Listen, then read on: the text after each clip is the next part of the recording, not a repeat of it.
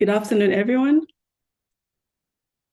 Greetings to everyone joining us from all over the world. I would like to welcome you to today's webinar, which is the launch of DSW's Donors Delivering for Sexual and Reproductive Health and Rights, SRHR in short, and this is the report for this year, 2024. My name is Philomena Apiko. I head the AUE Relations team at ECDPM, and I will be the moderator for today's event. I welcome you all. We are delighted to be joined by a number of experts and speakers and a full audience joining us globally. Maybe just a few housekeeping rules before we get into today's discussions. We would like to create an interactive space, and we welcome your comments in the chat or experiences, as well as those who want to share any resources relevant to the topic, and perhaps links, if you have those as well, to other upcoming events. These will all be saved and will be shared after the webinar. For those of you who are interested, closed captioning is available. The webinar will be recorded and the link will be shared with all participants afterwards. I know there'll be a lot of questions for today's interesting discussion, so you can use the Q&A panel to share your questions. We have ample time for discussions with our panelists. You're also welcome to share in your social media about today's event. You can communicate on X as well as other social platforms. Please use the hashtag DonorsDelivering or tag the DSW team. Their handle is @DSW_INTL. This information is also available in the chat for you to refer to throughout the discussions. So I'm really excited. I hope you all are excited as well. And right before I get into introducing our panel, let me just sort of give a brief introduction about today and why this topic is relevant. According to Africa CDC's reproductive health reports, universal access to sexual and reproductive health care in Africa, in sub-Saharan Africa, for example, is 28%, while in North Africa, it's 35%. This is well below the global average of 44%. And universal health coverage index for Africa is only 46% compared to the global average of 66%. So this is really the dire reality with which today's discussion is going to be set, why it's really important to bring forward some of these numbers to showcase the importance of SRHR and access to the services for all. Maybe just say a little bit about also this context within today's world and the global context where we are today, where we see international cooperation has changed drastically over the years, being characterized by multiple overlapping crises, the war in Ukraine, and geopolitical competition, which has affected the European international cooperation as well. So according to a recent study published by my colleagues at ECDPM, some of the key drivers influencing Europe's international cooperation are linked to geopolitical change, changing domestic politics, for example, concerns over security, economic trade issues. Well, as we see on the other side, the values agenda and global commitments are actually facing challenges. So how do we realize this, and how do we realize this together? So today, I'm very happy to introduce my wonderful panel. They have so much expertise amongst them, and they will be sharing with us some of the insights that are key to discussing SRHR. I would like to therefore welcome our first speaker today, who is Sarah Kintu, and she's Director for Action for Health Uganda. Sarah, the floor is yours. Thank you very much, Philomena. And ladies and gentlemen, our esteemed guests and fellow advocates for sexual and reproductive health and rights. I'm really honored to make a keynote address at this year's launch of the annual Donors Delivering for SRHR report. Investing in SRHR is not only a moral imperative, but also a sound development strategy. As we know, prioritizing SRHR, when we do that, we empower individuals, particularly women and girls, to make informed decisions about their bodies, health, and lives. This, in turn, is a ripple effect on our economies, societies, and entire nations. Uganda, as we know, adopted in 2030 the Agenda for Sustainable Development Goals and had since then registered some progress towards achieving SDG 3 and SDG 4, and SDG 5 particular to this discussion we're having today. So some statistics, according to the Uganda Bureau of Statistics, UBOS, our teenage pregnancy rate is at 24%. Approximately 40% of women of reproductive age, that is 15 to 49 years, are using a modern contraceptive method. We have the unmet need for family planning at 24% among the married women of reproductive age. This is significantly highest among women in refugee or host settings. Despite the record investments we see from off-budget donor support, that is about 18.9% contributions to the health ministry's budget and a steady annual health budget growth. Uganda has a healthcare performance that is still ranked as one of the worst in the world by the World Health Organization. We are seeing that we hold number 186 position out of 191 nations. Maternal and infant mortality rate is still unacceptably high. Every day, 16 mothers die as they give birth. And only 38% of healthcare posts are filled up in Uganda. But also, we see comprehensive HIV knowledge among our young people, 15 to 24 years, being very low. So these persistent cultural and social barriers we see in our communities, coupled with poor access to modern contraceptives, ladies and gentlemen, these hinder the reduction of teenage pregnancies. Poverty leads to economic vulnerability that has forced adolescent girls into early sexual debut. This is leading to teenage pregnancy. This also results in high school dropouts and exposure to HIV/AIDS and other sexually transmitted infections, as well as maternal and child mortality rates. So neglecting SRHR can have other devastating consequences, such as unsafe abortions, maternal deaths, sexually transmitted infections, all of which place a big strain on the health budget, which has remained significantly low, so far below the commitment of 15%, according to the Abuja Declaration 2001. So ladies and gentlemen, achieving universal health coverage might be a dream deferred, with countries like Uganda still very much dependent on external ODM financing.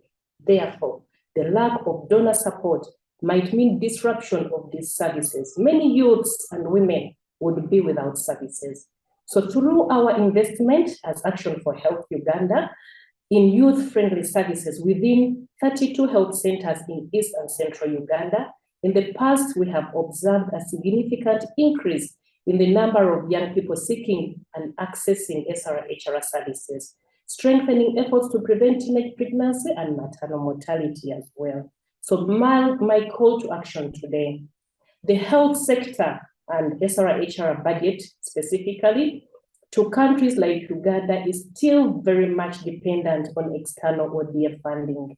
The government needs to increase domestic spending, but external support is still strongly needed for us to make sure SRHR programs are running smoothly. So the lack of donor support might mean disruption of these services. Many youths and women would be in danger of not being able to access any services at all. Donors should keep on investing and should ask for accountability. We celebrate donors who have prioritized SRHR spending as part of their ODA and argue partners to step up their investments. So together, we can ensure that individuals, regardless of age, gender, and location, have access to SRHR services they need to thrive. Ladies and gentlemen, thank you very much for your attention, and I really look forward to our discussion today on the topic. Thank you so much, Sarah, for this sharing these insights about the context in Uganda. I think what really struck me, first of all, was 24% teenage pregnancy, which also then makes me wonder, what is the utilization rate of young people's access to SRHR? what is stopping young people from accessing some of the services? Because you're saying that the services are in place, there's a sort of an increase because of donor support, yet we see that there is that the situation with 24% of pregnancy still occurring. What is stopping young people from accessing some of the services? Maybe just in a minute before I move on to the next. Okay, thank you very much again, Philomena. There are a lot of factors that are prohibiting young people, young women and girls from accessing services. From our experience and from our implementation, we see that we have many young people in the last mile, what we call the last mile. These are hard to reach areas. And to reach them, to get access to services and commodities is really a hard toll and a task for us. So many of our interventions are really trying out to reach to these young people because they cannot trek the long distances to the health centers, but also when they reach the health centers, other health workers are being trained on being youth-friendly, or they really increase the shunning away of these young people from accessing and attending services. So the work is still big for us. We are trying all that we can with development partners, but also the government of Uganda to enable really the issue of access is paramount. But also we have regular stockouts of commodities and at our health centers, even government health centers. And these are some of the things we are trying to work around with to be able to increase access. The knowledge levels, as we said, are still also very low. So we are increasing on awareness and sensitizations of the young people. Where do they find the services of their choice? How can they access, but also what is available? And all this is a package that together we can then be able to create a turnaround of the situation we're talking about.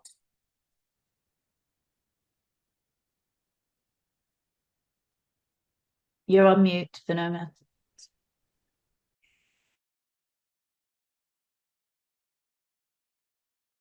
You're still on mute, sweetheart.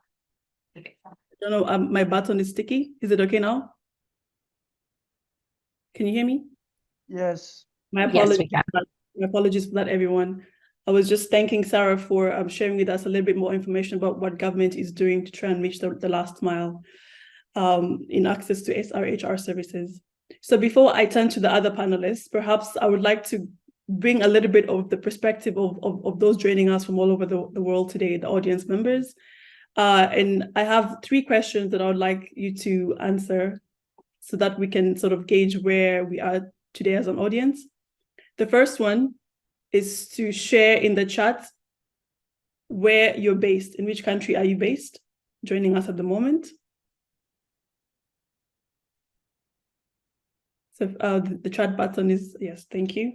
I see some responses from all over the world. And the second question, and this one you have to answer in a poll.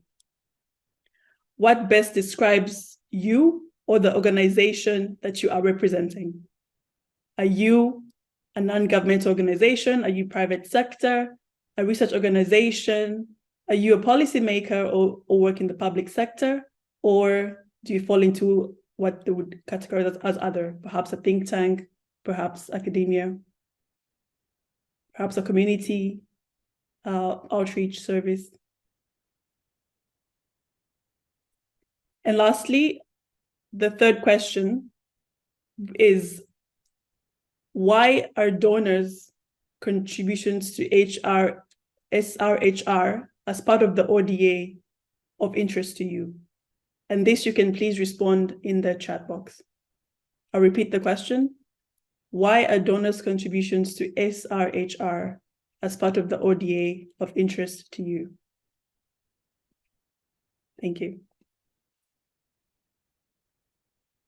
Well, I'm pleased to see the poll shows that there's a lot of people joining from the non-government organizations, followed by people from public sector policymakers, then research organizations, and what they would call other. I do not see a lot of private sector, which perhaps also in this conversation about health and financing of health there is a role for the private sector to play. How can private sector best be leveraged to support governments and also external partners to really make sure everybody has access to health? Maybe for ourselves a note, how do you also encourage the private sector to come and join our conversations like the one we're having now about our SRHR for the future? Thanks. Thanks to those who have sent in their responses in the chat box. So at this moment, I would like to invite Nitya and Lisa from DSW to present the key findings of the 2024 Donors Delivery Report. Lisa and Nitya, the floor is yours. Perhaps maybe just to say, given the interest as we see from the participants today and the context that Sarah has described, it would be of interest, Nitya, if you could give us an overview of the methodology that you use to track this data. And Lisa, if you could provide an overview of the key results, right, of the report, and perhaps dig a little bit deeper as to why the report is important, and also how people can use it as an accountability tool. That's a keyword that Sarah mentioned, accountability. Thank you. Thank you so much, Philomena. And thank you to Sarah for setting such a helpful context to jump off from. We're just waiting for a couple to come up, and I would love to tell you a bit more about the methodology. So before we start about the methodology, I'd like to start by reflecting a bit about the thinking behind donors delivering and why data tracking is so important. So DSW is a firm believer in advocacy recommendations that are substantiated by reliable data. And of course, we all know that reliable data is important to have evidence for all stakeholders, including NGOs, communities, and even governments. It helps to guide decision-making and resource allocation and ensuring that these decisions match established global health goals. And research such as donors delivering and other studies that look at ODA funding and track ODA funding are especially important because it's very important to reflect on how ODA funds are being used. It helps to keep donors and implementers to hold them accountable, and also to develop insights around where the critical gaps in funding lie. Here we have a couple of excerpts of some reflections from key stakeholders about the Donors Delivering report over the years and how it has been an important accountability tool in tracking SRHR funding. And as some of you may be aware, DSW has a long history with tracking donor funding. For example, with the Euro Mapping report, where we looked at RMNCH and FP funding, and budget studies that are conducted by our colleagues in East Africa, which focus on SRH and FP funding. Could we have the next slide, please? Thank you. So just to give you an idea about all the components of SRHR, the Donors Delivering methodology really wanted to capture the full breadth of SRHR. So just to reiterate, sexual reproductive health and rights. And so we really wanted to make sure that we acknowledge the rights-based approach of SRHR and the interlinkages between health, gender equality, and human rights. So in order to provide a complete picture of donors' funding profiles, in the methodology, we have included not only SRHR, but also two related categories that overlap with SRHR in many ways. As you can see, those are FP, family planning, and RMNCH. So family planning is, of course, a very important subset of SRHR because it refers to access to modern contraception, which is a critical part of SRHR and is a very important space of work for DSW. RMNCH, as you may be aware, does overlap with many areas of SRHR, but doesn't always capture the human rights aspect and focus of SRHR that we like to really make sure that we are focusing on. So considering these overlaps, it doesn't make a lot of sense to sort of combine the numbers for SRHR, FP, and RMNCH, as that would lead to some duplication and double counting. Instead, we look at these three streams of funding separately to try and develop a differentiated understanding of each donor's funding profile and get an understanding of where their priorities lie and what exactly they are funding. May I have the next slide, please? Okay. Just to dig a bit deeper into that, as I mentioned, we have 3 separate but related methodologies to track ODA to SRHR, FP, and RMNCH. Each of these methodologies applies a set of imputed percentages that we apply to specific OECD DAC CRS purpose codes. And in this way, we are able to account for both bilateral and multilateral funding. Our FP and RMNCH methodologies are drawn from existing methodologies that exist, the revised Muskoka and the Muskoka 2 methodology. For our SRHR methodology in 2023, DSW actually conducted an extensive expert consultation and analysis looking at a number of funded projects over a 4-year period, studying CRS codes, looking at how money was allocated and how much of that can be accounted towards SRHR. And as part of this process, we looked at CRS codes included in the Muskoka 2 methodology, which does cover a large part of what we're looking at under SRHR, but we also looked at additional codes to encapsulate the broader scope of SRHR and the rights approach that we envision. In addition to that, we also revised some of the imputed percentages. It was quite a comprehensive process, and it was peer checked by experts. So we are very happy to be using that for this year's report. Could I have the next slide, please?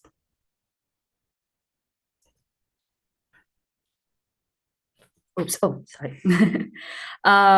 Just a quick note before we wrap up the methodology section on the methodology for core contributions to multilaterals. So for multilaterals, we use variable percentages for core contributions each year, and that's basically calculated based on the proportion of all disbursements to that multilateral that benefit SRHR. An exception to this is UNFPA. Since SRHR is a core mandate of UNFPA, following an analysis with UNFPA colleagues, it was decided that our methodology would take UNFPA funding and account for 100% of that to SRHR. Except for 2 key CRS codes, which do not refer so much to SRHR, which do not refer to SRHR and FP activities. However, just a point that I'd like to make is that in the 2022 data, which is what this year's report looks at, a large portion of the UNFPA funding was reported under these 2 CRS codes. If you're curious, the codes are mentioned on the slide. These are population policy and administrative management and statistical capacity building. However, since these 2 CRS codes are not included in our methodology, this did mean that we had a significantly lower variable percentage for UNFPA this year. So that was 39.7% for 2022 versus over 80% for previous years. We have been able to discuss this and verify this with our UNFPA colleagues. And we are also happy to report that we were able to take a deeper look, and there has not been a significant impact in terms of funding trends. So especially for donors who make large contributions to UNFPA, we saw that in a few cases, there were some decreases that were maybe a bit more pronounced, or some increases that were less pronounced. But on the whole, it didn't impact the funding trends that we observed. But just to provide that little bit of additional information before we go on to look at all the results that we've had with this year's report. Of course, all the details of the methodology are available in our report. If you'd like to take a closer look at the CRS codes or the imputed percentages, and we would be happy to discuss. And with that, I would like to hand it over to Lisa to take us through some of the key findings from the donors delivering this year. Thank you, Nitya, for sharing your screen because of my technical difficulties with my laptop today. And also for guiding us through the methodology, which we are also always happy to set up bilateral meetings if anybody's interested in having a deeper conversation about how we conduct the data tracking for SRHR disbursements. We can go to the next slide. And I can start with the good news first, because total donor investment in SRHR in 2022 actually increased quite significantly by more than 11%. So all 32 OECD data donors funding to SRHR combined amounted to more than $14 billion. Slightly more than half of these 32 donors actually increased their spending, but the overall increase is actually largely due to a strong increase in SRHR disbursements by the US, which was slightly less than $2 billion, but also a number of other donors like Japan, France, and also the EU institutions. FP funding also increased, but RMNCH funding saw a sharp decline compared to a funding peak in 2021. This 2021 funding peak in RMNCH funding, we're still on the first slide, if we could go back for a moment, of $18 billion is, we assume, linked or at least partially linked to one-off donor contributions to Gavi in support of Gavi's COVID-related efforts. So it's quite natural, or it explains why funding levels dropped again in 2022. And we can go to the second slide, please. So let's have a look at where this money comes from, these more than $14 billion in SRHR funding. The US accounts for more than 65% of this sum, making it by far the largest SRHR donor, both in absolute and in relative terms. It may be interesting to note, though, that more than half of the US SRHR disbursements come from its support to STD control, including the fight against HIV and AIDS, an area in which the US is traditionally heavily investing in. And I say investing and not spending, which is, I think, generally true for all areas of SRHR, because there's such a high return of investment in, that benefits all of society if we invest in SRHR as part of ODA. The EU institutions and EU member states combined, highlighted in blue on the graphs that you can see on the screen, are jointly the largest ODA donor. You can see that on the right side. They are responsible for more than 50% of all ODA of the 32 donors in 2022. They are, however, much smaller actors when it comes to SRHR funding. They jointly account for only 19% of the total 2022 SRHR disbursements, which you can see on the left side. Next slide, please.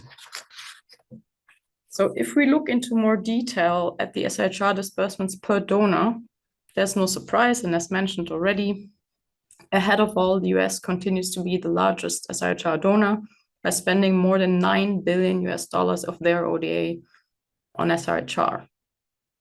The UK, who are another longtime SRHR champion, still ranks second largest SRHR donor after the US, despite a sharp drop in SRHR funding by almost 30% between 2020 and 2022. They are followed by Germany, France, and Japan in this ranking. If we put these numbers into perspective, exactly, yes, that's on the next slide, looks the same, but this is actually looking at SRHR disbursements as a percentage of ODA, so not total funding, but what's the proportion of this funding compared to the ODA of a donor, then we see an entirely different picture and we see an entirely different ranking. So that means that the considerable amounts of SRHR funding of many larger donors often only represent a small fraction of their ODA.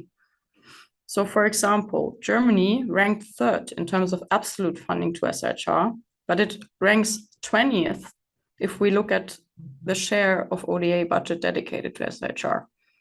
The EU institutions ranked 6th in terms of absolute funding, but they're only ranked 21st when we look at the share of ODA dedicated to SRHR. Less pronounced, but still, France drops from the 4th to the 10th rank, Japan from the 5th to the 14th rank. And on the other hand, some smaller economies, which naturally rank lower in terms of absolute disbursements because of their lower ODA, which is normal because they're smaller economies, they actually lead the way in terms of prioritizing SRHR in their ODA. So they're dedicating a bigger share of their external relations budget to SRHR. The Netherlands, for example, jumped from the 8th to the 2nd rank when considering SRHR as a percentage of ODA. And they're now, this year, actually the only European country spending more than 5% of their ODA to SRHR. Luxembourg ranks 4th instead of 20th. Iceland 7th instead of 24th. For 21 out of these 32 donors, the share of ODA invested in SRHR was actually higher in the previous year. In 2021, we still had more than 7 donors who spent more than 5% of their ODA in SRHR. In 2022, this was only the case for the US and the Netherlands, as you can see. And this leads us to the next slide, and also, unfortunately, to the bad news that the overall share of ODA dedicated to SRHR saw a gradual decrease from 2020 to 2022. In 2022, only a disappointing 5.68% of global ODA was dedicated to SRHR. In 2021, this had still been 6.19%, and in 2020, even 6.44%. What this means is that SRHR funding didn't grow at the same rate as overall ODA in 2022. And this can be explained, of course, the huge surge that we saw in ODA by just over 20% actually in 2022 is of course related to the international response to the conflict in Ukraine and corresponding increases in humanitarian assistance and in-country refugee costs, which these days tend to inflate ODA accounting, unfortunately. So shockingly, if we take the US out of the equation, the remaining 31 donors only dedicated 2.5% of their ODA, of their joint ODA to SRHR. You can go to the next slide, please. As the Brussels office of DSW, we take, of course, a particular interest in the EU. So I just wanted to spend a minute to look in detail at the EU as one of the donors who could actually do more, in particular considering the strong and really commendable policy commitments to SRHR that are in place. Part of the Global Health Strategy, the Youth Action Plan, the Gender Action Plan 3, and I believe we will hear more about that from our speaker from the European Commission, who will speak in a moment, Ms. Cecile Billaux. So when it comes to prioritizing SRHR as part of their ODA budget, unfortunately, the EU only ranks 21st out of the 32 donors, as I mentioned before. So in 2022, it was really only a small fraction of EU's ODA, to be exact 1.56%, that went to SRHR. If we look at the absolute number, it's of course still an impressive amount of $455 million US. And it's the 6th largest sum in comparison with other donors, but it is only a small fraction of what the EU could do if there was more priority in funding SRHR as part of ODA.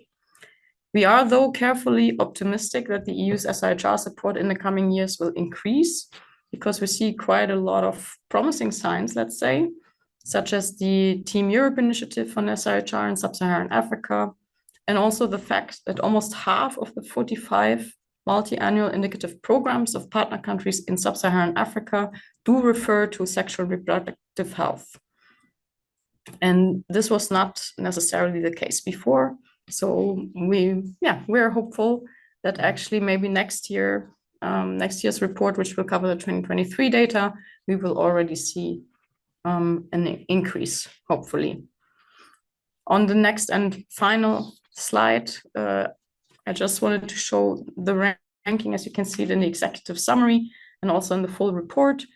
So I will stop here, but just wanted to let you know that the full report is available on the website, and you can find individual country profiles for each of the 32 OECD donors in the report, including a description of their policy commitments or sometimes also lack thereof, and the development of funding trends on SRHR, FP, and RMNCH from 2020 to 2022. Thank you very much, and back to you, Philomena. Thank you so much, Lisa and Nitya, for sharing this brilliant report with us. I mean, the findings are, some of them, very astonishing, and perhaps really pointing to the need for donors to do better, I guess, in a way. Because you're mentioning even the EU, much as it ranks as 6th, it's still, the percentage is quite small compared to what it is giving to other priorities. I know, for example, to green and digital, compared to what it would give to, let alone health, but SRHR as a component under health. So it's really calling our attention to the need to have better, not just quantity, but also quality financing towards SRHR. I'm sure a lot of you have interesting questions that we can engage in the Q&A, both on the methodology, but also on the content in terms of the ranking of countries. I think for me, what also stood out was the importance that smaller countries can play in pushing this agenda forward. And I'm very happy that we'll hear later from Johanneke from the Dutch government. So we'll look forward to that, just flagging it for now. But I would like to then move on to our next panelist, really building from this statistics that you've heard from the report. I would like to now invite Elizabeth Sully, who's the principal research scientist at the Guttmacher Institute, putting the numbers into perspective and calculating the impact of support to SRHR. Elizabeth, we're really happy that you could join us today for this, and really just to share with us the Family Planning Investment Impact Calculator, which is an interactive tool for estimating the impact of family planning investments in low and middle income countries. Could you explain to us how the impact calculator works and provide us with some examples based on, for example, data that you've heard Lisa and Nitya sharing from the Donors Delivering SRHR report? Lisa, the floor is yours. Elizabeth. Thank you so much, Philomena. I'll just wait for some slides to come up, and then I would be happy to answer some of those questions you raised about the tool and walking through how it can be used to think about measuring impacts from some of the new data in the report. So my name is Elizabeth Sully. I'm a principal research scientist at the Guttmacher Institute. Thank you, Nitya and Lisa, for that presentation and for the work that you've done on the latest 2024 Donors Delivering report. Tracking donor investment in SRHR is a critical tool for accountability to ensure that commitments are being followed and to understand the extent to which donors are or are not prioritizing SRHR in their foreign aid investments. What I want to take a few minutes to focus in on is the report's new data on family planning funding for 2022, and to talk about the impacts of some of the recent increases and decreases that we've seen for family planning funding. Translating funding into impacts is an important tool that advocates and policymakers can use to advance SRHR and family planning financing. Next slide. So in the latest Donors Delivering report, we can see that there was nearly $2 billion invested in family planning among OECD DAC donors, with the top 2 contributors being the US and UK, followed by Japan, the EU institutions, Germany, and the Netherlands. Next slide. What is the impact of that funding? Using the Family Planning Investment Impact Calculator, an online tool developed by the Guttmacher Institute, the Donors Delivering 2024 report found that nearly $2 billion dispersed to family planning in 2022 served almost 169 million modern contraceptive users, which resulted in 58 million unintended pregnancies averted, including 16 million unplanned births and almost 20 million unsafe abortions. And together, this meant that over 50,000 women and girls' lives were saved through ensuring they could determine if and when to become pregnant and have children. So I want to take a minute to talk through the tool that was used to generate these impact estimates in the report and illustrate how it can be used by looking at the impacts of some of the recent donor changes in family planning investments between 2021 and 2022. Next slide. If you hit next one more time, a graphic will appear. There we go. Just an animation to keep everyone entertained. So what is the Family Planning Investment Impact Calculator? It's an interactive tool that can be used for estimating the health benefits of investing in family planning in low and middle income countries, subregions, or regions. It can be used to estimate real, planned, or hypothetical investments in family planning. So in other words, it can be used to talk about the impacts of what has already happened, or to translate advocacy messages on funding needs into the impacts that those funding goals could achieve. The tool is designed for easy use and to produce data and graphics that advocates can use in their own work. Estimated impacts include the number of women and couples who would receive modern contraceptive care, unintended pregnancies, unplanned births, and unsafe abortions averted, the number of women and girls' lives that would be saved, and the cost savings to the health system. It's important to note that these are just the short-term health benefits of family planning. When investments are made more broadly in SRHR, they have impacts, greater impacts on health and well-being, but also impacts beyond that on education, gender equality, women's empowerment, and economic development. And so more work is really needed to measure these larger impacts of investments in SRHR. But this tool at least allows us to look at one dimension of impact, focusing specifically in on the subset of family planning investments. The tool is based on data that come from adding it up 2019 and the costs of providing services in 2022 US dollars, though I do want to note that all of the estimates and cost data are going to be updated later this year to 2024 estimates. Next slide. So the web and mobile-friendly tool allows you to estimate the impact of family planning investments in a country, sub-region, or region in any currency. I want to note, though, before I show you some of the impact estimates based on the latest donors delivering data, I want to talk about some limitations to the methodology and data that are used in the calculator. First, the tool is only estimating annual investments. It's great for talking about the impacts of funding in a specific fiscal year, such as donor funding for family planning, but not the cumulative impact of funding over multiple years. The second important limitation of the tool is that it's based on the overall costs of contraceptive services within a country. So the degree to which funding doesn't support the overall provision of services, such as funding that remains in headquarters of donor institutions or with international NGOs, this approach can overestimate impact. So where it is possible, we recommend that family planning funding that's used in the calculator be limited to funding that's dispersed within low and middle income countries. Next slide. Now let's turn to how this tool can be used with the latest data that's come out in the Donors Delivering 2024 report. Next. So the latest report shows that a few donors experienced declines in the amount of family planning disbursements between 2021 to 2022. One of the most significant reductions in family planning disbursements was the UK, where there were reductions in both SRHR and family planning disbursements since 2020 as a result of cuts in overall ODA. So this resulted in a decline in family planning disbursements between 2021 and 2022 of 20.26 million US dollars. Next. The impact of these declines in family planning disbursements meant that 1.8 million fewer women and couples received modern contraceptive care, and that resulted in 626,000 more unintended pregnancies, including 173,000 more unplanned births, and over 200,000 more unsafe abortions, which translates to approximately 569 maternal deaths. Next. Smaller declines in family planning disbursements between 2021 and 2022 were observed in Germany, Sweden, and Denmark, with declines between 7 to 9 million US dollars. These were also all countries where the percent of ODA going to SRHR and family planning decreased from 2021. So these decreases since 2021 translate into fewer contraceptive users served, and together fewer users served means more women are likely to have undesired pregnancies. Next. There have also been great examples of increased funding for family planning since 2021. Last year, at the Donors Delivering 2023 report launch, we noted the decline in family planning funding from 2020 to 2021 among EU institutions. And then we used the Family Planning Investment Impact Calculator to look at what the impact would be if EU institutions returned to their 2020 levels of funding in 2022. The EU institutions more than surpassed this goal, nearly doubling their family planning disbursements from 2020 to 2022.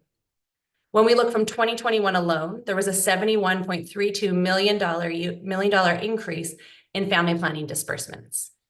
So what was the impact of this increase? Next. So the $71.31 million more dollars going to family planning in 2022 compared to 2021 meant that over 6 million more women and couples were able to receive contraceptive care, resulting in over 2 million unintended pregnancies averted, including 609,000 unplanned births averted and 744,000 unsafe abortions averted, and resulting in 2,000 women and girls' lives being saved. Next. The Netherlands also had an increase in their absolute disbursements to family planning between 2021 to 2022, even though they did have a decrease in the percent of their ODA that was going to family planning. The increase of $12.1 million in family planning disbursements meant, that over 1 million more women and couples could receive modern contraceptive care, resulting in 374,000 unintended pregnancies averted and over 300 women and girls' lives saved. Next. We also saw in both Japan and France that there were increases in family planning disbursements accompanied by increases in the percent of ODA going to SRHR.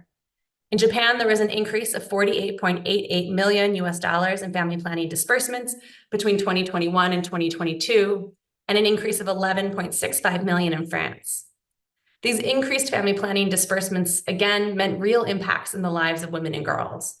The increase in Japan meant over 4 million more contraceptive users served and 1.5 million unintended pregnancies averted. Next. I want to end by just thanking DSW for their work on the Donors Delivering Report and tracking critical funding for family planning, SRHR, and RMNCH. I hope in these minutes together, you've been able to see how year-to-year changes in family planning funding are more than just about dollars, but about what that funding is actually able to do in low and middle income countries in providing essential contraceptive care and in ensuring that women and girls are able to decide if and when they want to have children. I encourage you all to take a look at the Family Planning Investment Impact Calculator, and please reach out if you have any questions. Thank you.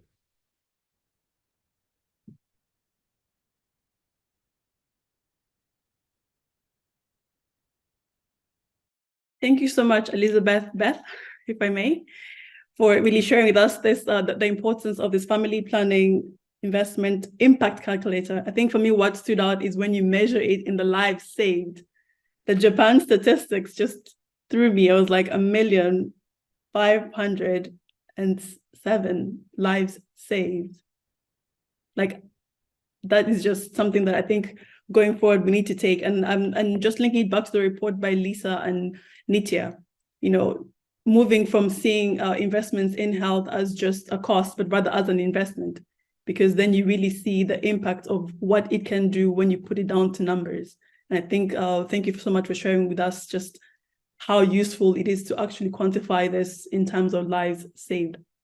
So I would like to turn to our next panelist, who is Cecile Billaux, Head of Units on Social Inclusion and Protection, Health and Demography at the Director General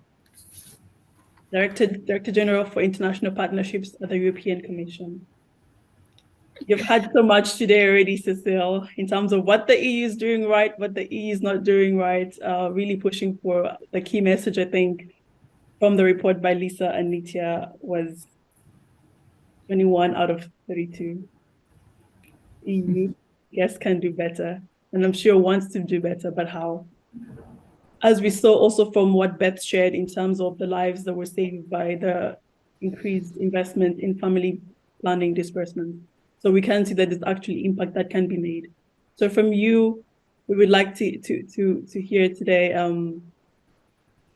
could you please give us an overview of how the EU supports SRHR in key policies and international cooperation programs, and shed some more light on what is behind these numbers that we just had from what Lisa and Nitya, but also from Beth's report, the impact calculator.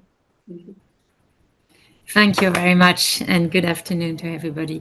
I'm very pleased to be here in this virtual seminar launch. I've been now in this job for 6 weeks, so I'm pretty new to the topic and to the field, but it's great to see really the work that you are doing. It's very impressive to see that civil society role can play such a role in really highlighting and advocacy and delivering something like so transparent and accountability numbers for SRHR.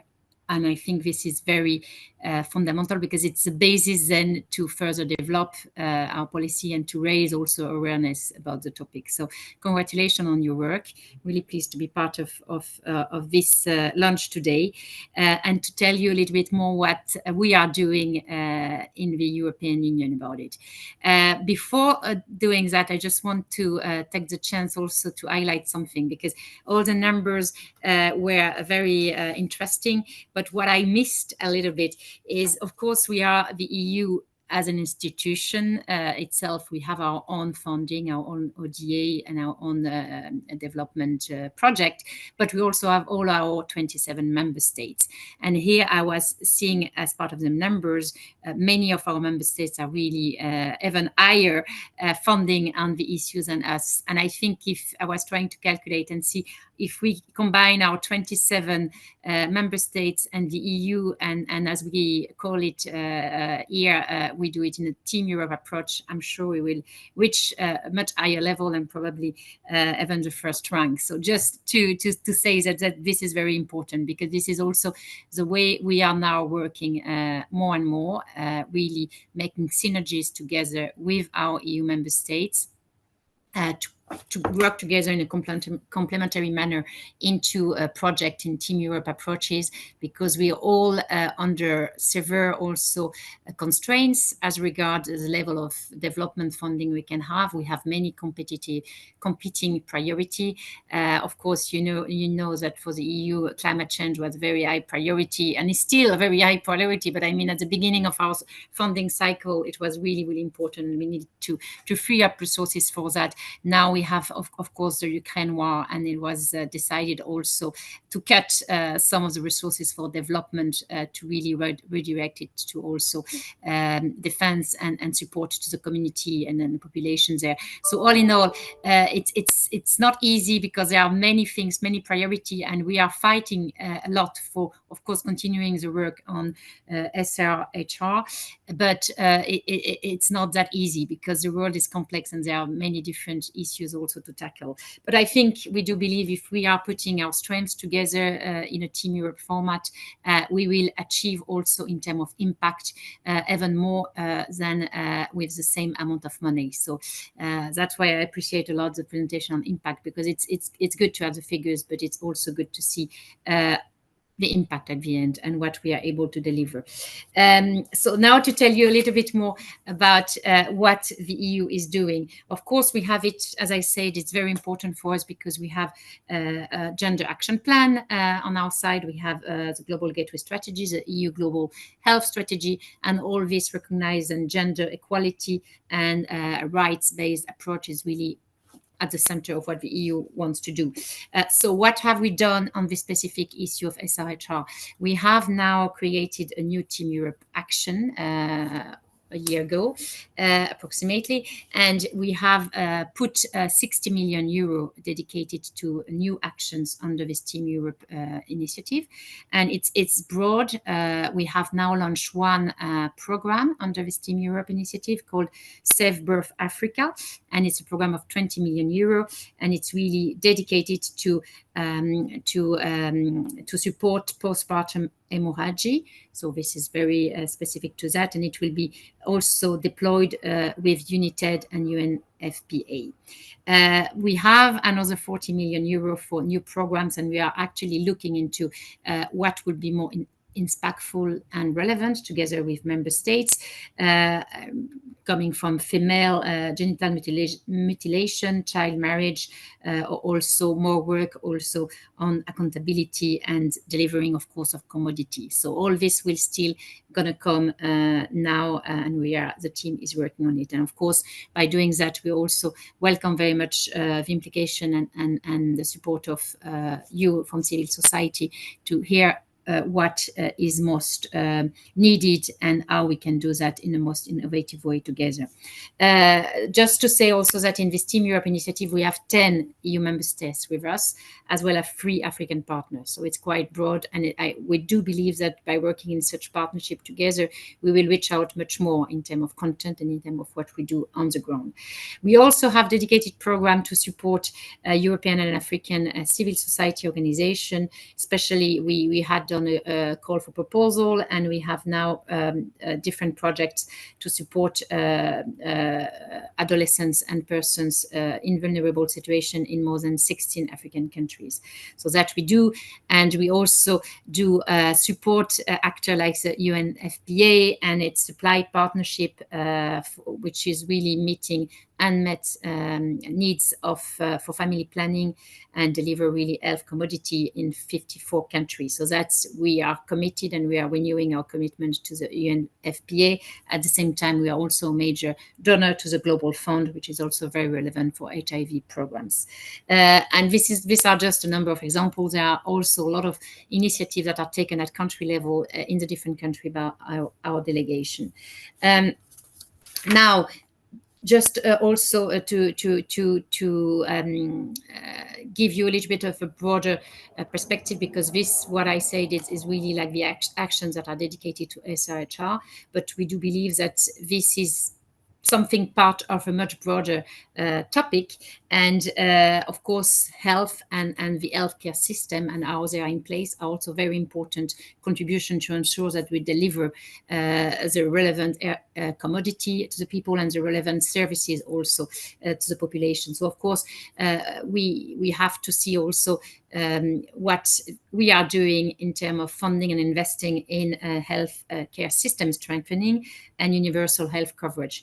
Here we have a partnership with the WHO, which we have been contributing, and we're one of the major and the only almost funder of this partnership, which is now tackling 125 countries, and we have a total of 125 million dedicated to it under this MFF.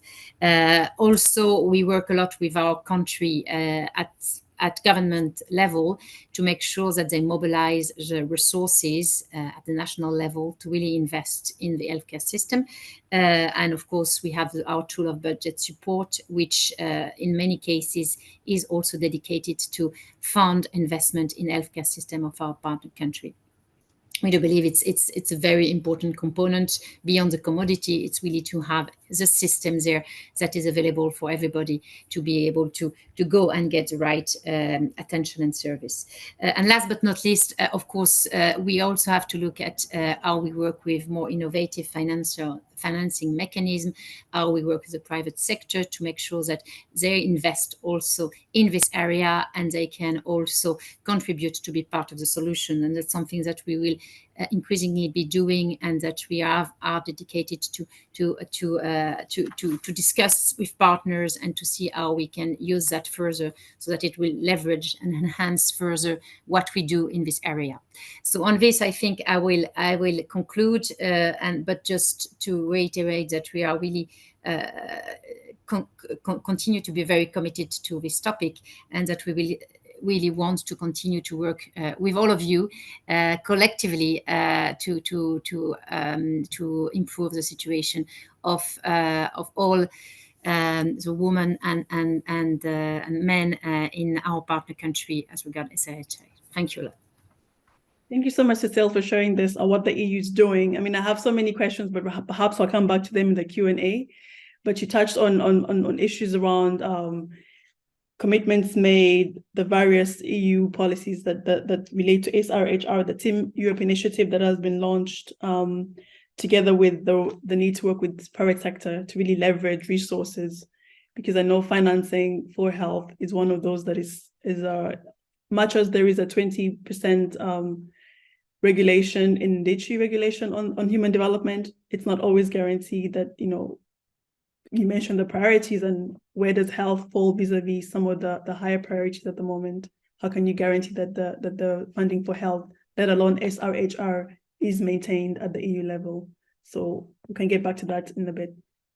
And I would like to invite our final panelist. I see the time is up. We're 4 minutes over the hour. I will invite our final panelist, Ms. Johanneke de Hoogh, who's the head of on global health and SRHR, the Ministry of Foreign Affairs for the Department of Social Development of the Netherlands. We already had good things about how well the Netherlands is doing in terms of supporting SRHR from the report that Lisa and Nitya shared, and also from what was mentioned by Beth. So we're very pleased to have you here to really share with us some more insights on how the Netherlands is supporting SRHR, being one of the strongest performers from the donor report that we just had. So how is the government supporting SRHR through its policies and through international cooperation? Perhaps you could share with us some of these insights. Thank you. Thank you so much, Philomena, for giving me the floor. It was great to listen to Sarah from Uganda. I think your work on empowerment of youth is very important. Uganda is actually one of our focus countries for SRHR.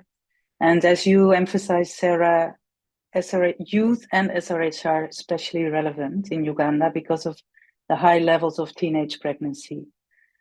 We feel the provision of complete information, working on rights of young people, and ensuring access to services are important points of attention for us working on the SRHR agenda. And it was equally good to hear from you, Cecile. The Netherlands is an active member of the Team Europe initiative on SRHR. So we're with you there. And thank you to DSW, Lisa and Nitya, for inviting me for the launch of the Donors Delivering for SRHR Report 2024. Of course, I'm very pleased that the Netherlands scores as the second donor in SRHR, looking at the percentage of our official development aid we spend. But we very much feel that spending is not enough. We need to see results. We need to show impact to be able to further our agenda. And thank you, therefore, to Elizabeth for the interesting insights from the Guttmacher Institute, putting the numbers in perspective. I think we have achieved a great deal over the past 30 years when it comes to people's rights and aspirations in the area of sexual and reproductive health and rights. Collectively, the efforts of governments, the UN, civil society organizations, health professionals, and citizens have led to 34% reduction in maternal mortality worldwide since the year 2000. Pregnancies among young teenage girls have been cut in half, and the number of new HIV infections worldwide has decreased by 35% since 2010. But however, we are not there yet. Still, an estimated 800 women per day die worldwide as a result of pregnancy. Still, more than 7 million girls under 18 become mothers every year. And HIV infections among people who use drugs and among men who have sex with men is actually increasing worldwide. So we know what we need to do to achieve universal access to SRHR, but unfortunately, choices are being made consciously and unconsciously that exclude individuals and groups from care and information. Exclusion based on socioeconomic status, based on ethnicity, based on gender, sexual orientation, age, and other factors. And we really need to stand firm for a world where everyone has control over their own bodies, their own health, and their own future. Now, the Netherlands stands firmly for universal access to SRHR. We do that through our bilateral programs in 8 countries, ranging from Uganda to Mali to Yemen, but also through our support to global partners like IPES, IPPF, the Global Financing Facility, and UNFPA. In the programs and projects we support, we invest in the full range of SRHR activities, including safe abortion, sex education, and LGBTIQ+ rights. We strive for equal access for people and groups that are marginalized and excluded. Freedom of choice for women and girls is central. So we very much welcome the report and its goal to keep us donors accountable to the SRHR agenda. I, however, would like to underline that donor support should not be an excuse for governments not to address the SRHR agenda and not investing in universal access to SRHR. Domestic investments in health and more specifically SRHR have dropped over the last years, and these were not tremendous in the first place. And I tell you nothing then new when I say that global SRHR and women's rights are under pressure. The anti-rights movement has never been so organized, so strong, and so well funded.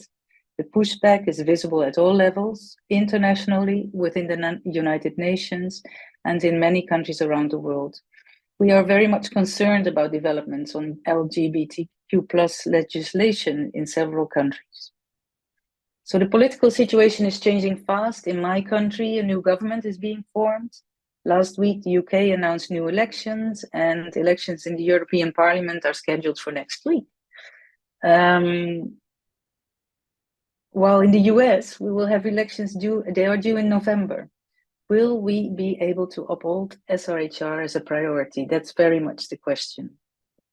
So to be able to convince governments and donors alike to invest, we need to show the impact, as Elizabeth pointed out. Tell the stories of the people behind the efforts and the investments in SRHR. We have to show results, and we need convincing data to counter the arguments of the anti-rights movement, to influence political leaders, and we need a future-proof agenda that looks forward. So I would like to call upon us all to work together with us on providing the evidence and on upholding the narrative that investing in freedom of choice and working for universal access to SRHR services is the smart way to go. Thank you very much for having me. Thank you so much, Johanneke, for this. I mean, so many points I could pick up from there. Living in the Netherlands myself, proudly living in south of Limburg. I work in Maastricht, so very happy to hear your points that you made about the Netherlands positioning vis-a-vis SRHR. But I think for me, what you said about the new government being formed, I would be remiss not to ask this question.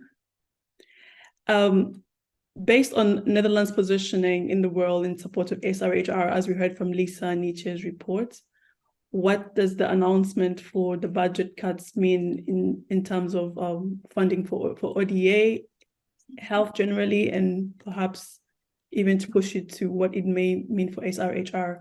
You could maybe possibly explain to us why investing in health or in SRHR is very useful for the Netherlands positioning, and how does the announcements made by the coalition government relate? It's actually, Philomena, it's a very... You are muted.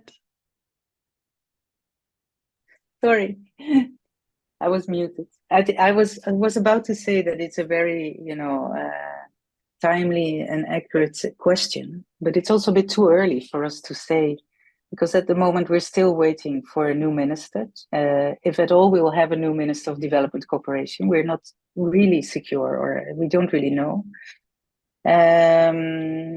So there is, an agreement on the headlines of the new government, but the cabinet is still being formed, and we will only know for sure what the exact plans will mean for our budget and for our plans on SRHR once we know who's going to be leading this ministry. And of course, we'll do our best to advise well. That's basically all I can say about that. But these are difficult times, and it's mostly the insecurity that is difficult, I would say. We don't really know at the moment. No, thank you for sharing this, and I think everybody's anxiously waiting to see how this will play out. But I do applaud the Netherlands for the positioning, and you did mention, I think, quite a key issue about.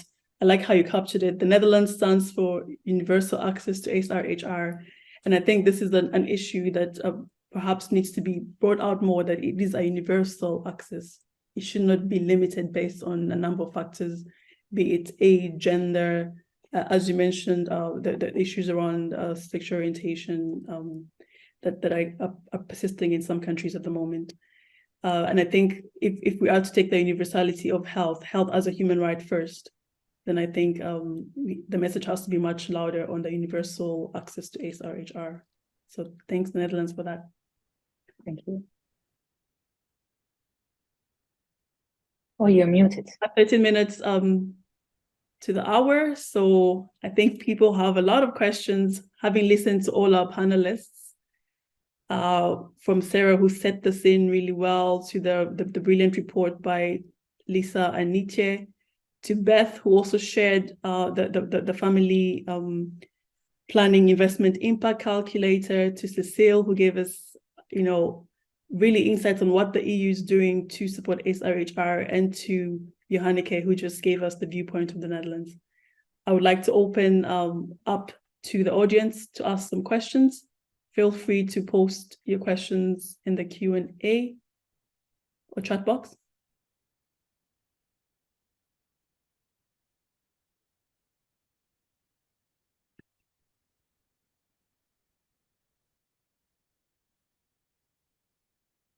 Perhaps I can start with my question. I think there's one question from Marie Chesney. Yes, thank you. Thank you for the very interesting presentations. My name is Marie Chenet. I'm based in INPA, and I'm the support unit coordinator for the health for the Team Europe initiative, the regional Team Europe initiative on sexual and reproductive health and rights.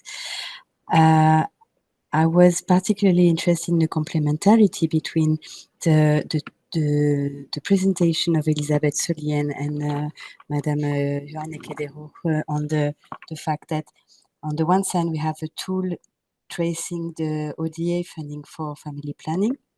And I was also curious, actually, I wanted to ask this question to know if we have a way to see if the funding is decreasing for certain countries, for example, if there is at the same time a tendency for some countries to increase themselves the funding in family planning, even if, let's not be naive, we know there is a backlash, we know this is not an actual tendency, but it might be interesting in the future to actually complete the tool with what engagement are also made by the partner countries themselves.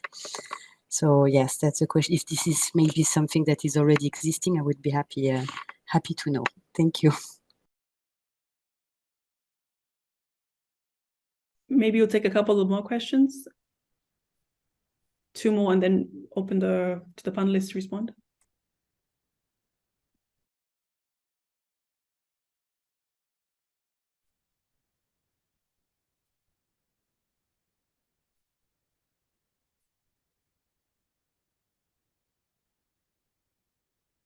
If there are no questions at the moment, I would allow Beth and Lisa and Nitya to respond.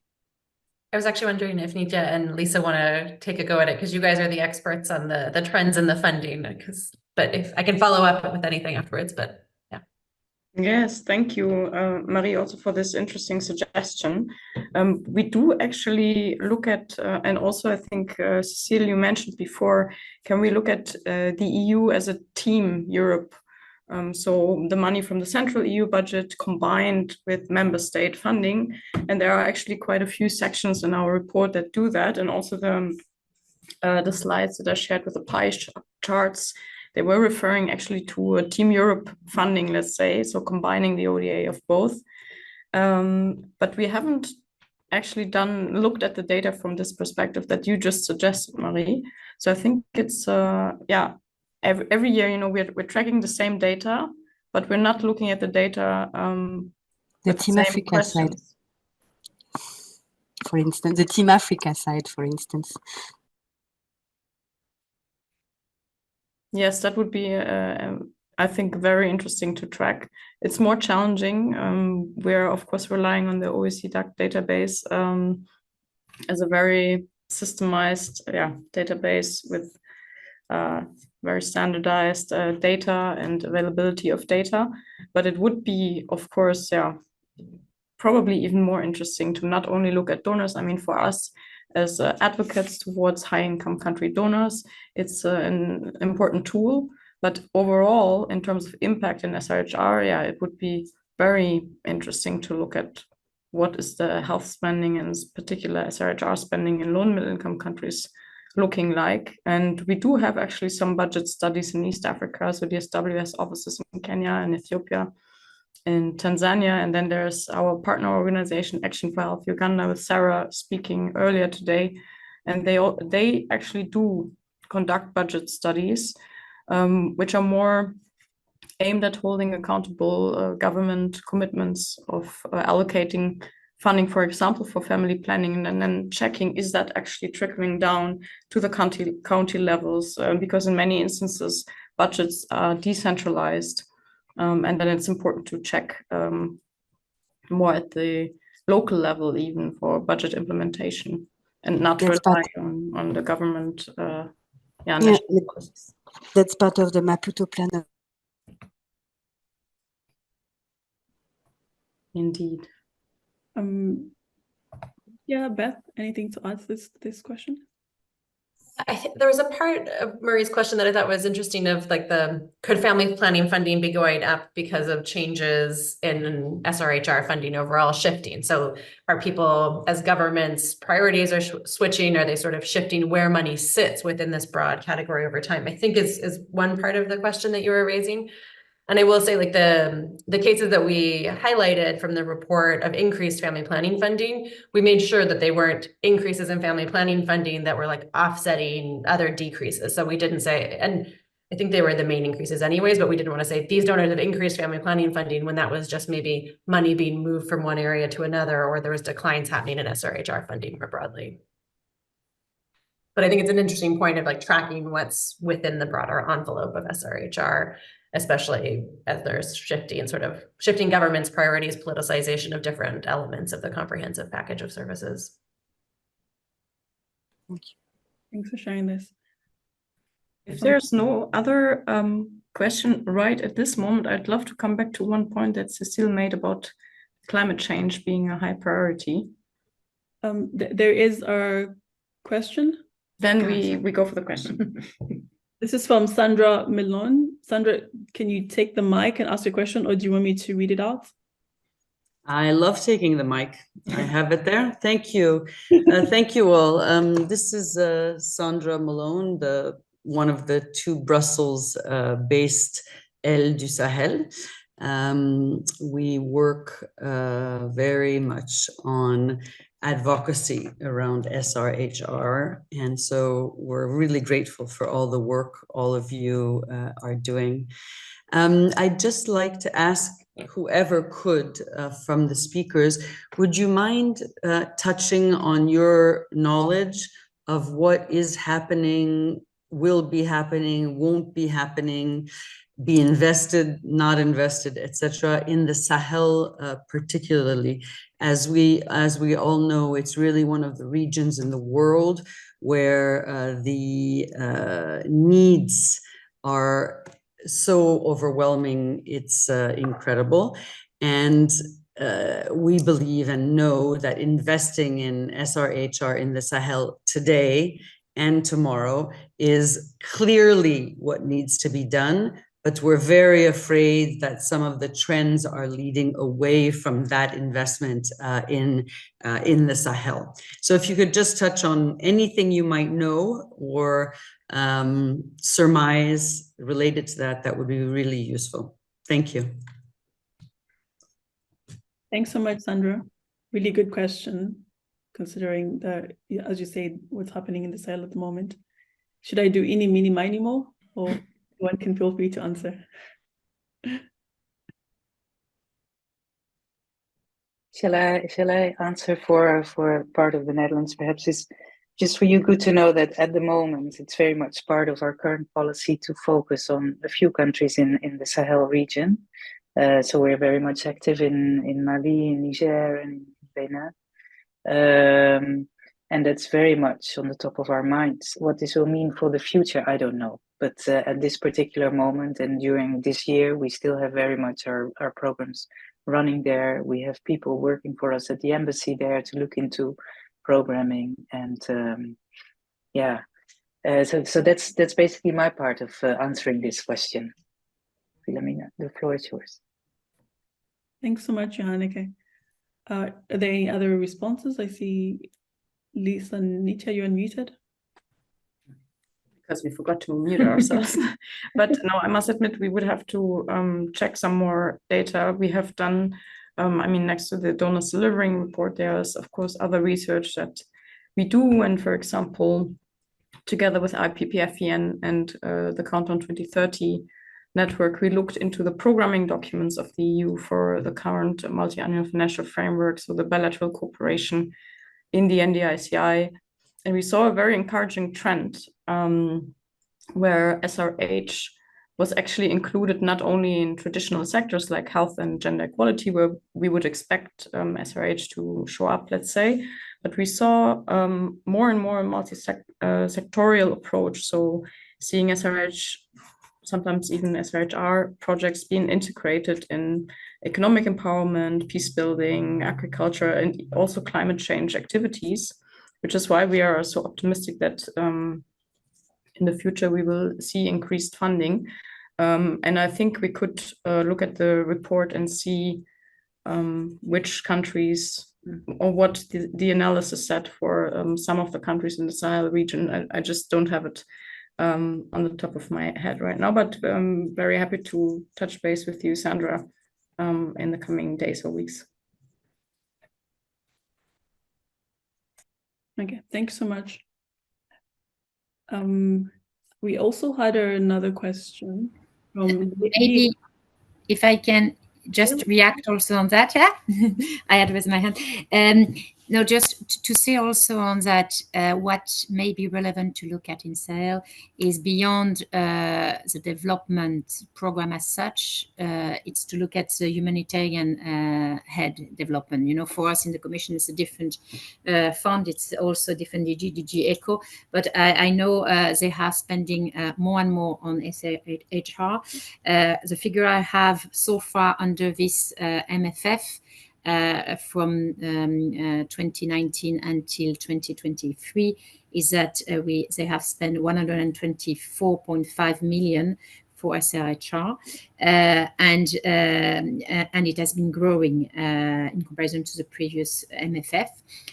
Plus, there are also medical responses that come into play. And for Sahel, of course, this is relevant because there has been quite a lot of humanitarian support also recently. So just something to keep in mind. I don't have the detail for Sahel, but I think it could be also, it comes into play in addition to the figures that you may find on the development side. Thank you, Cecile. I see Beth, you have a response. I was just going to share one additional resource that could be helpful. At Guttmacher, we have the Adding It Up report, which isn't on where donor funding is going, but on what the investment gap is. And so we have that for the Sahel region as well as for the countries within that region, sort of based on the need for services and the gap in that, sort of what additional investment is necessary to meet all need. And so I can put in the link in the chat to where you can find that for the countries in the region. Thanks so much, Beth. We have another question from Leah Cross. Do you want to take the mic, Leah? Yes, I can. Hi, everyone. I'm Leah. I work for Action Against Hunger. And I had a question on the drop of that you mentioned earlier, the drop of 18.6% of on RMNSCH. Sorry, that's a huge acronym. So I was just wondering if you had any interpretation around that number. Thank you. Just as you think about that, there's another question coming from Bemania. Would you like to take the mic, or can we do a question out as well? Bemania? Go ahead and read the question. You can also just say, since now I hear your nice voice, you can read it out.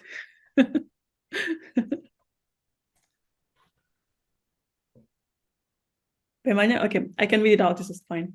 Yeah, yes, please go ahead and read it. Thank you. He's asking, I would like to know the SRHR localization agenda, since funding trends indicate decline for SRHR. What's the sustainable plan for benefiting countries, since some of them still have gaps in policies?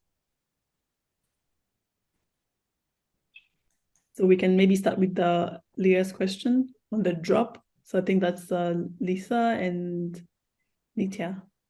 That comes from the report directly. And then as we think about the localization agenda for SRHR and perhaps some sustainable plans that could benefit countries. Yeah, if I understood correctly, Leah, your question was about RMNCH, so reproductive, maternal and child health funding, and the quite significant drop of 18% we saw in 2022 compared to 2021.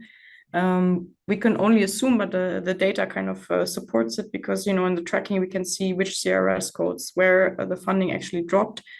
And if we compare to 2020 funding, we're almost at the same level again. So it's just a drop so rather than 2022 being a drop, we should look at 2021 being a peak.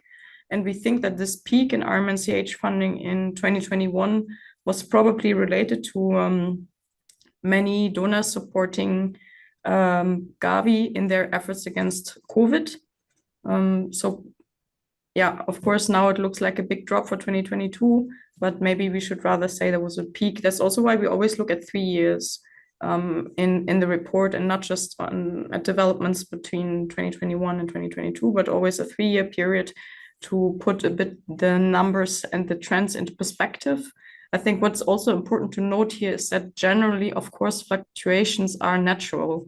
So many donors, including the EU, it just happens to be the donor that we know the best in a Brussels office, have, of course, funding cycles, and they have multi-annual programs and funding. And then there are calls for proposals. And then let's say a 3-year program is supported, and then the next year there are no calls for proposals on SRHR, and the following year there are again some.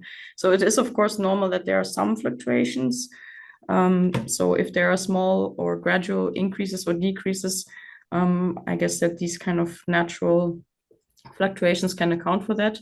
And we are more interested in the more pronounced trends, and also trends that we see over the years.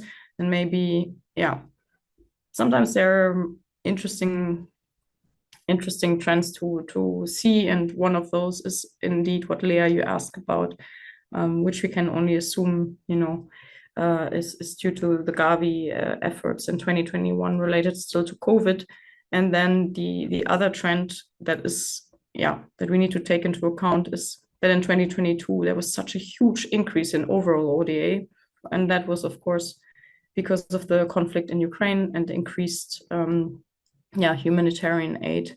And then it's also quite natural that maybe SRHR was a smaller part of overall ODA than it was in a year where there wasn't a conflict, where a large part of global ODA was dedicated to the humanitarian assistance. Yeah, so just to maybe put the numbers into perspective. Thanks so much. And perhaps we can take the question from Vimanya. Maybe just before we get that, I see we're 1 minute past when we should have ended. So if you allow maybe a little bit, 10 minutes, then we can wrap up, because I see people have more questions. Thanks.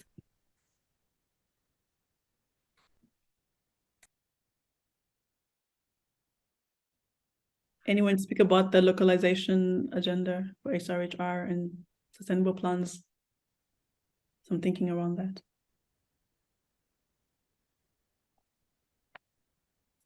I was thinking perhaps Sarah, because you work with in Uganda, and I do know they have some very interesting examples, really speaking to working with local communities around SRHR, because it can also be quite a sensitive topic. Do you have some examples perhaps on how this is being localized in Uganda, and what plans are being shaped in terms of supporting SRHR in other communities? Yeah, thank you very much, Philomena. When we talk about probably local initiatives and the localization agenda, we are talking about as Action for Health, where I come from. Probably we are talking about community-based actions and structures that enable, especially the young people in our case, access SRHR services. So here we talk about models like the peer-led model, the youth champions, the peer-to-peer, cascading model, initiatives that are driven by the community themselves, but also monitored and encouraged by the local government and supported by the local government. We are talking about the scorecard, where the community is really holding accountable the duty bearers for the, SRHR, input and activities that they do monitor at that level.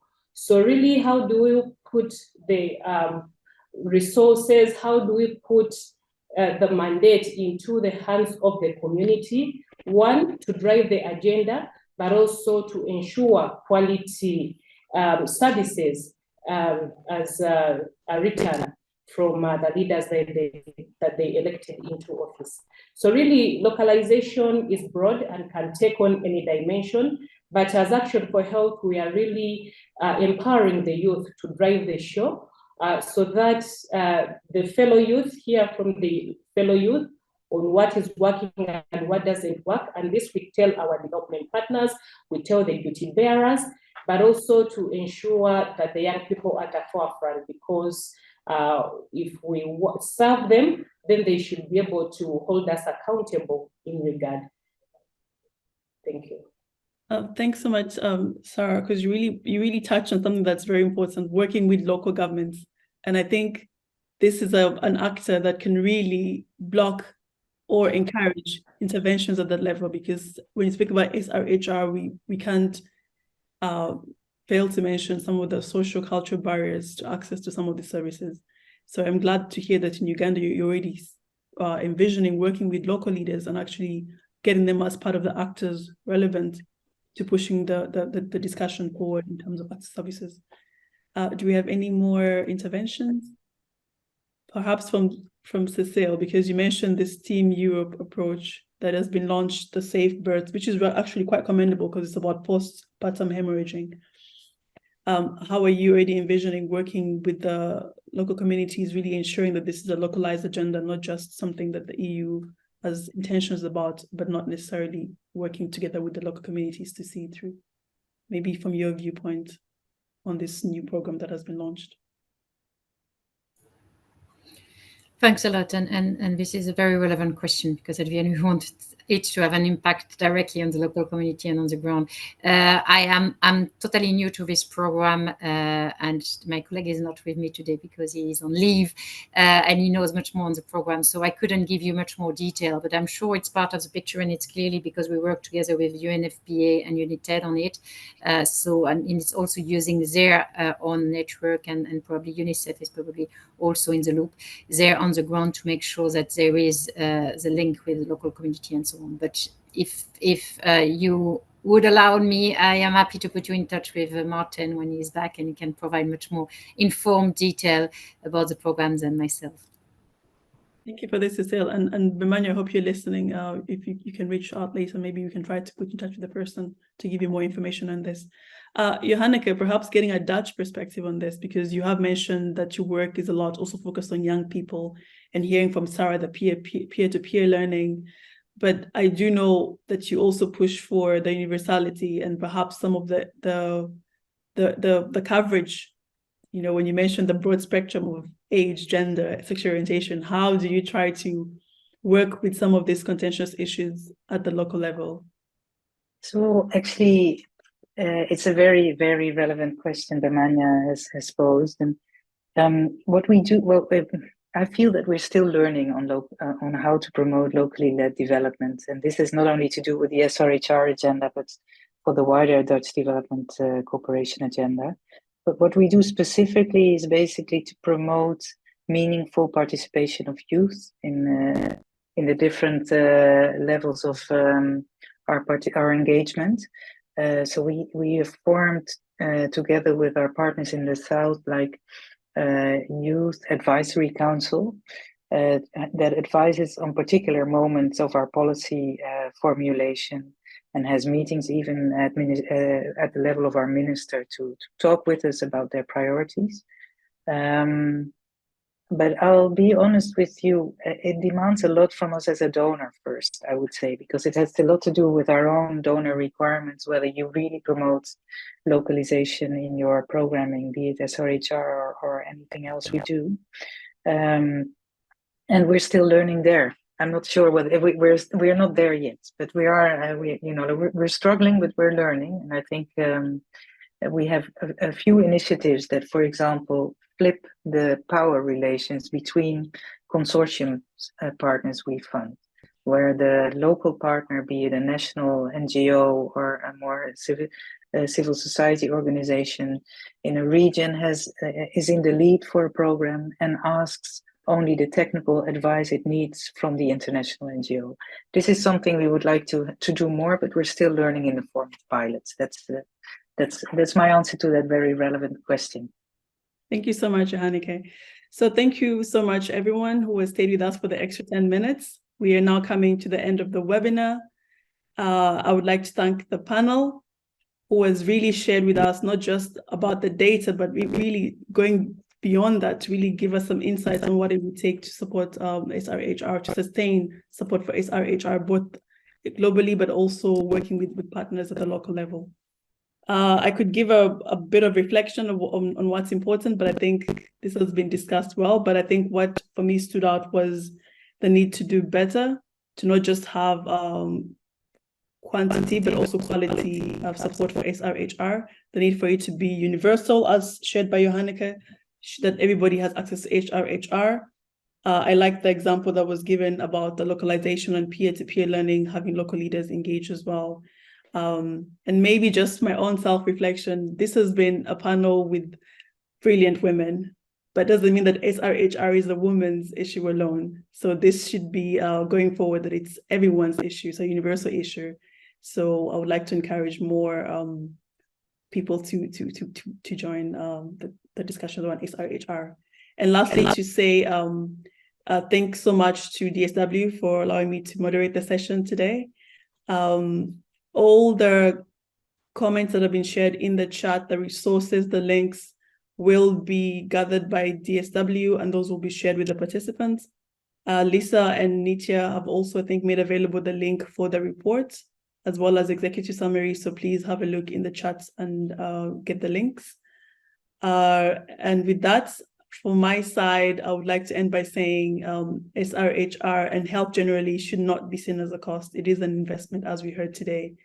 It has the ability to be truly transformational and impact lives, bring about better health outcomes, global security, but also promoting gender equality for all.